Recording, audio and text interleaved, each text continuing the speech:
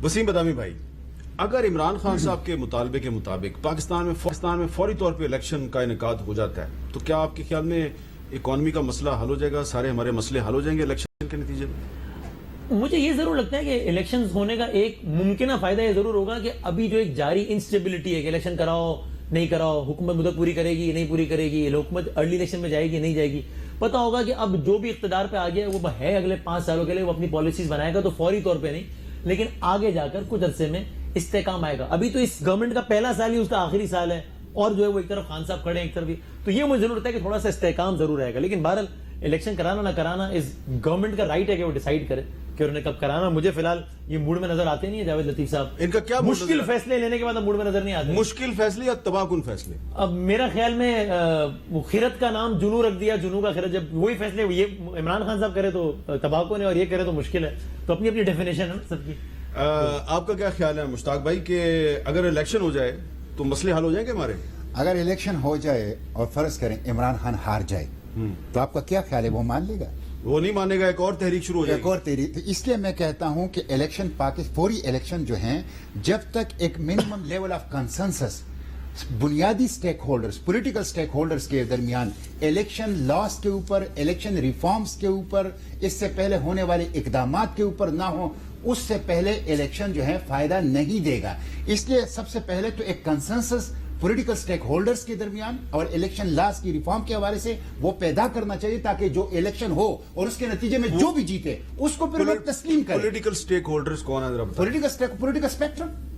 Political spectrum उसके दरमियान होनी चाहिए। जो पार्लिमानी पार्टियां हैं उसके दरमियान एक मिनिमम लेवल ऑफ कंसेंसस नहीं होगा तो जो इलेक्शन होगा उसमें जो हारेगा वो इसी तहरीक शुरू कर लेगा, तो उसके नतीजे में हम एक अनस्टेबिलिटी से निकल के एक बहुत बड़ी बहरान के अंदर चले जाएंगे। इसलिए मैं समझता हूं मसले का हल नहीं है। मसले का हल यह है कि इस वक्त सियासी जुमातें, पॉलिटिकल स्पेक्ट्रम बैठें, एक कंसेंसस क्रिएट कर लें और उसके बाद वो इलेक्शन में जाएं। उस इलेक्शन में जो जीते उनको 5 साल का मौका दिया जाए। ये बड़ी अहम बात है जावेद लतीफ साहब के आप इलेक्शन का मुतालबा तो कर रहे हैं लेकिन साथ ही साथ आप चीफ इलेक्शन कमिश्नर को भी नहीं मानते, और अगर फर्ज करें कि आपका मुतालबा मान लिया जाए, इलेक्शन करवा दिया जाए तो आप उसके रिजल्ट को नहीं मानेंगे। तो इसलिए मुश्ताक अहमद खान साहब कह रहे हैं कि एक पॉलिटिकल कंसेंसस होना चाहिए, पॉलिटिकल कंसेंसस से पहले एक डायलॉग होना चाहिए। लेकिन लगता यह है कि आप सबके साथ डायलॉग के लिए तैयार हैं, इमरान खान के साथ डायलॉग के लिए तैयार नहीं। कभी नहीं कहा और बिल्कुल उसके साथ डायलॉग के लिए तैयार हैं, और जब वो हुकूमत में थे तब भी तैयार थे, आज भी तैयार हैं। और जो बात मेरे मुश्ताक भाई कर रहे हैं मैं उसमें थोड़ा इजाफा करते हुए सिर्फ इतना कहूँगा, एतमाद साजी के लिए पाकिस्तानी कौम या सरमायाकारों की एतमाद साजी के लिए फ्रेश मैंडेट की ज़रूरत है और फ्रेश इंतखाबात की ज़रूरत है, बड़ी मनसूबाबंदी के लिए ज़रूरत है।